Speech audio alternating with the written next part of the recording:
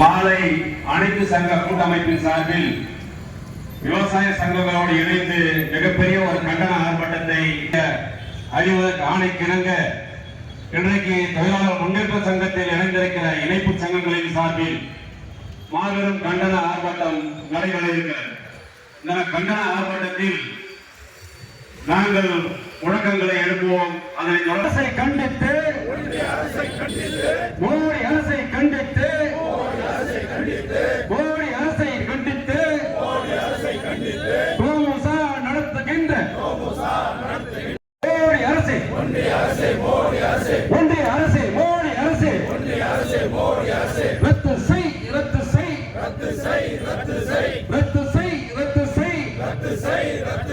தொழிலாளர்களை பாதிக்கின்ற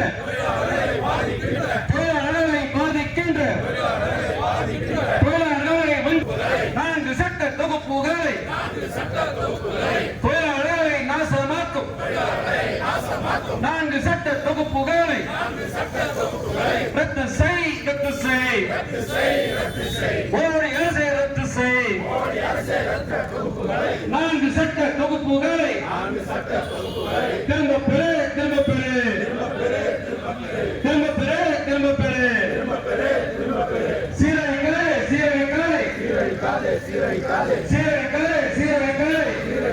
சீரழிக்காதே 100 ஆண்டுகள் போராடி பெற்ற 100 ஆண்டுகள் போராடி இந்த நாட்டு ஆண்டவருக்கு பிரிட்டிஷ் ஆட்சி இருக்கிற போதே அவர்கள் வெளியேற்றுவதற்காக போராடி தொழிலாளர்கள் ஒன்றுபட்டார்கள். 1920ஆம் ஆண்டிலேயே ஏஐடிசி என்கிற ஒரு அமைப்பு துவங்கி அதற்கு நேரடியாக லால்பகதூர் சாஸ்திரி போன்றவர்கள் தலைமை தாங்கினார்கள். அந்த அமைப்பு அதன் பிறகு தொடர்ந்து தமிழகத்தில் கலைஞர் அவர்கள் ஆட்சி காலத்தில் கலைஞர் துவக்கப்பட்டது.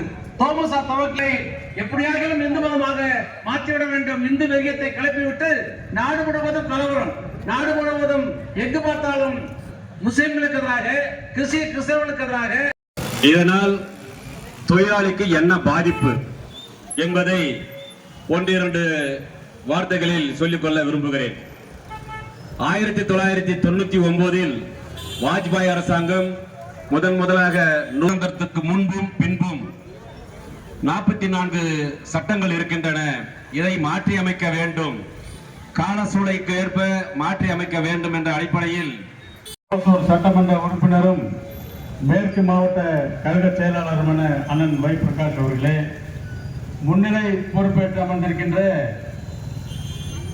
சோமசா கவுன்சிலுடைய துணைத் தலைவர் வை கிருஷ்ணமூர்த்தி அவர்களே, ஜேக்கப் ராஜ் அவர்களே, பசவராஜ் அவர்களே, எனக்கு முன்னாலே பல நல்ல கருத்துக்களை பேசி அமர்ந்திருக்கின்ற சோமசா பேரவையினுடைய துணைத் தலைவர் அண்ணன் பி கிருஷ்ணன் அவர்களே, ஊத்தங்கரை சட்டமன்ற முன்னாள் உறுப்பினர் அண்ணன் கிருஷ்ணமூர்த்தி அவர்களே, மற்றும் இந்த நிகழ்ச்சியில பங்கெடுத்திருக்கின்ற இந்த பகுதி கழகத்துடைய செயலாளர் ராமு அவர்களே, அமைப்பு சாரா சோமசா மாநில துணை ஆட்சியிலே இல்லாவிட்டாலும் சரி, இந்த நாட்டு மக்களுக்கு நடைபெறுகின்ற எந்த பிரச்சனையானாலும் சரி, அநீதிகளானாலும் சரி, முதலில் போராடுகின்ற ஒரு இயக்கம் திராவிட முன்னேற்ற கழக இயக்கம்.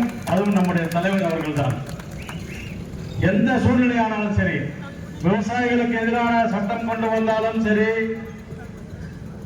மோட்டார் வாகன சட்டம் கொண்டு வந்தாலும் சரி, ஜிஎஸ்டி கொண்டு வந்தாலும் சரி, மாணவர்களுக்கு எதிராக கல்வி மறுக்கப்படுகின்ற பொழுதும் சரி, நீட் கொண்டு வருகின்ற சமயமானாலும் சரி, இப்படி இந்திய அரசியலமைப்பு சட்டத்திற்கு எதிராக எந்த ஒரு தீர்மானங்கள் ஒன்றிய அரசு கொண்டு வந்தாலும் சரி, முதலில் குரல் கொடுக்கின்ற ஒரே தலைவர் நம்முடைய மாண்புமிகு முதலமைச்சர் அண்ணன் தளபதி அவர்கள் தான்.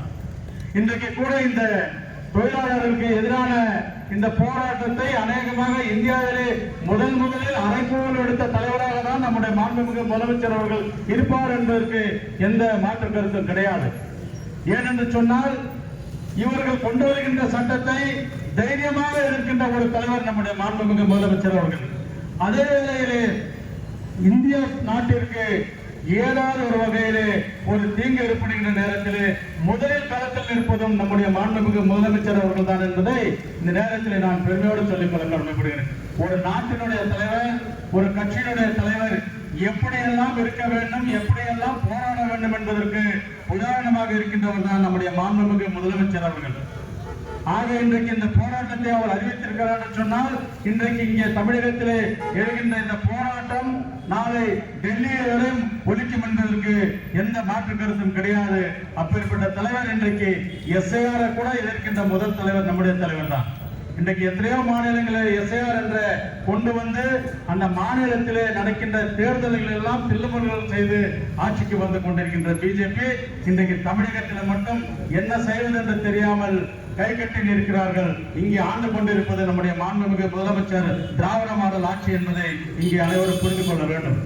ஆக இன்றைக்கு தமிழ்நாட்டுடைய மக்கள் எல்லா துறையிலும் எல்லா வகையிலும் பாதுகாப்பாக இருக்கிறார் என்று சொன்னால் அதுக்கு நம்முடைய மாண்புமிகு முதலமைச்சர் அவர்கள் தான் காரணம். ஆக இன்றைக்கு பல்வேறு சட்டங்கள் கடந்த காலங்களில் எல்லாம் எத்தனையோ பிரதமர்களை இந்த நாடு கண்டிருக்கின்றது. அவர்கள் எல்லாம் தனியார் மையங்களை எல்லாம் அரசுடைமையாக்கினார்கள். ஆனால் இன்றைக்கு ஆண்டு கொண்டிருக்கின்ற மோடி இன்றைக்கு அரசுக்கு சொந்தமான நிறுவனங்களை பொது நிறுவனங்கள் எல்லாம் எப்படியாவது தனியார்களுக்கு தாரை வார்க்க வேண்டும் என்று துடித்துக் கொண்டிருக்கின்ற ஆட்சி தான் இன்றைக்கு மோடியினுடைய ஒன்றிய ஆட்சி. ஆக இந்த ஆட்சியை அகற்ற வேண்டும் என்பதுதான் இங்கே இருக்கின்ற பொதுவான தமிழக மக்களுடைய எண்ணங்கள், கோரிக்கைகள். ஆனாலும் கூட ஏதாவது ஒரு வகையிலே மோடி அவர்கள் இன்றைக்கு ஆட்சி கட்டிலே வந்து கொண்டிருக்கிறார். எப்படியாவது ஒரு வகையில மக்களை ஏமாற்றி மக்களிடம் ஒரு பிரிவினையை ஏற்படுத்தி மக்களிடம் ஒரு தவறான சிந்தனைகளை உருவாக்கி இன்றைக்கு ஆட்சியில வந்து கொண்டிருக்கின்றார். அயோத்தியிலே பாராளுமன்ற தேர்தல் வந்துச்சு. அயோத்தியிலே கோயில் கட்டியாச்சு, ராமர் கோயில் கட்டியாச்சுன்னு சொல்லி அயோத்தி கோயிலை திறந்து வச்சாங்க.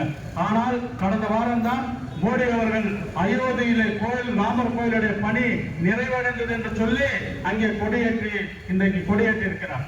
இதை நான் எதற்காக சொல்கிறேன் என்று சொன்னால் மக்களை எந்த அளவுக்கு அவர் பிளவுபடுத்தி பார்க்கிறார் என்பதை இங்கே இருக்கின்றவர்கள் நீங்கள் புரிந்து கொள்ள வேண்டும்.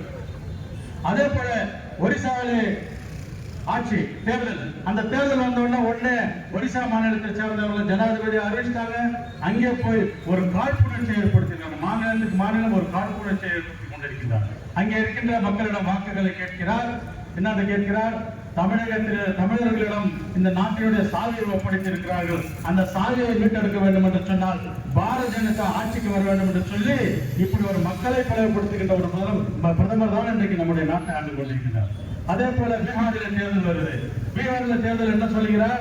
பீகாரில் தேர்தலில் போய் அங்கே என்ன சொல்கிறார் என்று சொன்னால் நம்மை அங்கே குறை சொல்கிறார். தமிழர்கள் பீகாரிலே தண்டிக்கப்படுகிறார்கள், வஞ்சிக்கப்படுகிறார்கள் என்று ஒரு பொய்யான பிரச்சாரத்தை மக்களிடம் எடுத்து செல்கிறார். ஒரு பிரதமர் எந்த வேலை செய்யக்கூடாதோ அந்த வேலை செய்கின்றவர் தான் இன்றைக்கு நம்முடைய பாரத பிரதமர் என்பதை இங்கே இருக்கின்றவர் அத்தனை பேருக்கும் தெரியும்.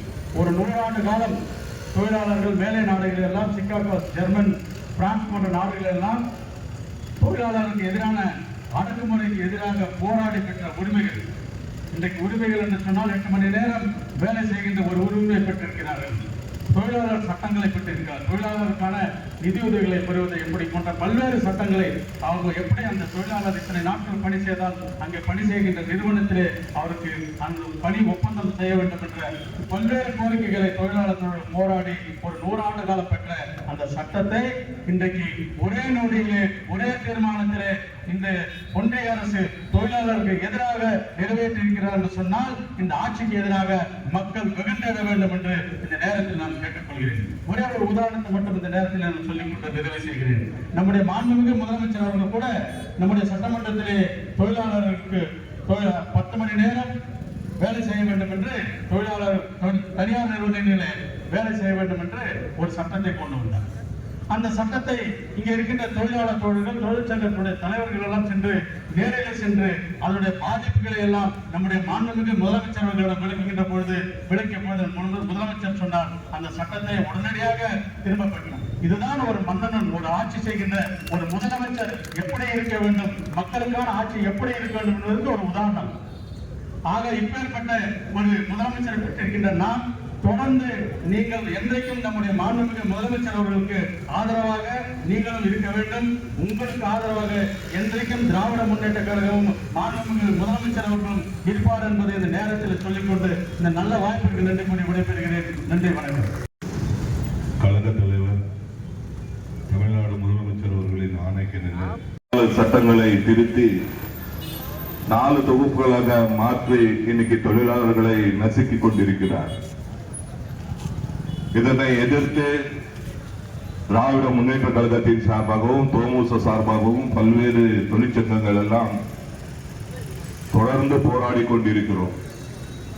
ஆனால் அவருக்கு காதல கூட விழவில்லை. அது மட்டுமில்லை, விவசாயிகளுக்கு எதிராக பல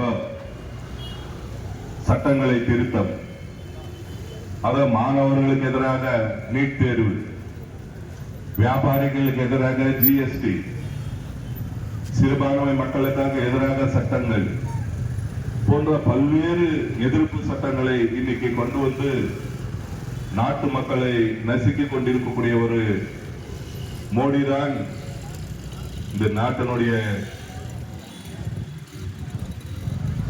ஆளி கொண்டிருக்கிறார்.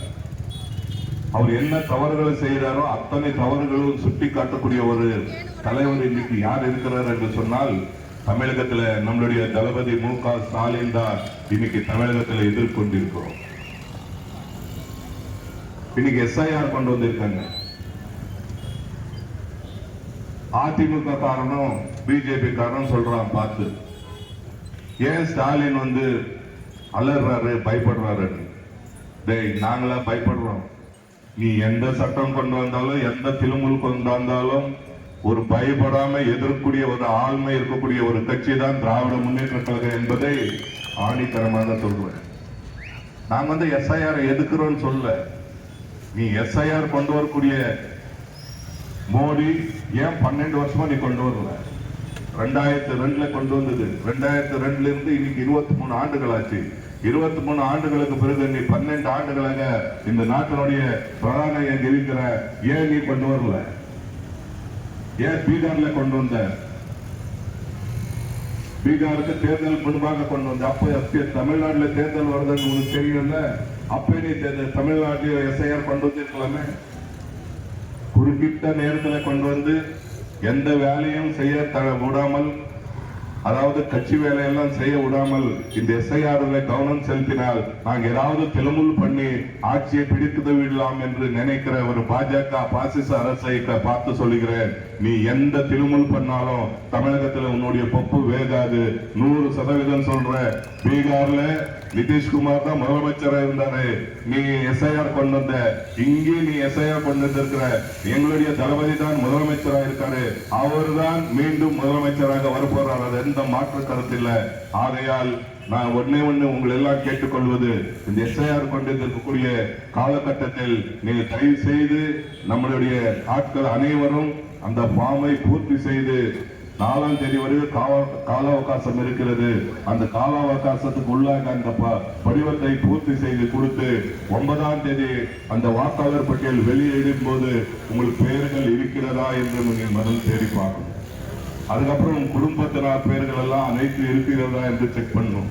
அதுக்கப்புறம் உங்க கிராமத்திலேயோ உங்க பூத்திலேயோ இருக்கக்கூடிய அத்தனை பேர்களும் இருக்கிறதா என்று செக் பண்ணி இல்லை என்று சொன்னால் 9 முதல் 30ஆம் தேதி வரை அந்த படிவம் 6 கொடுக்கிறார்கள்.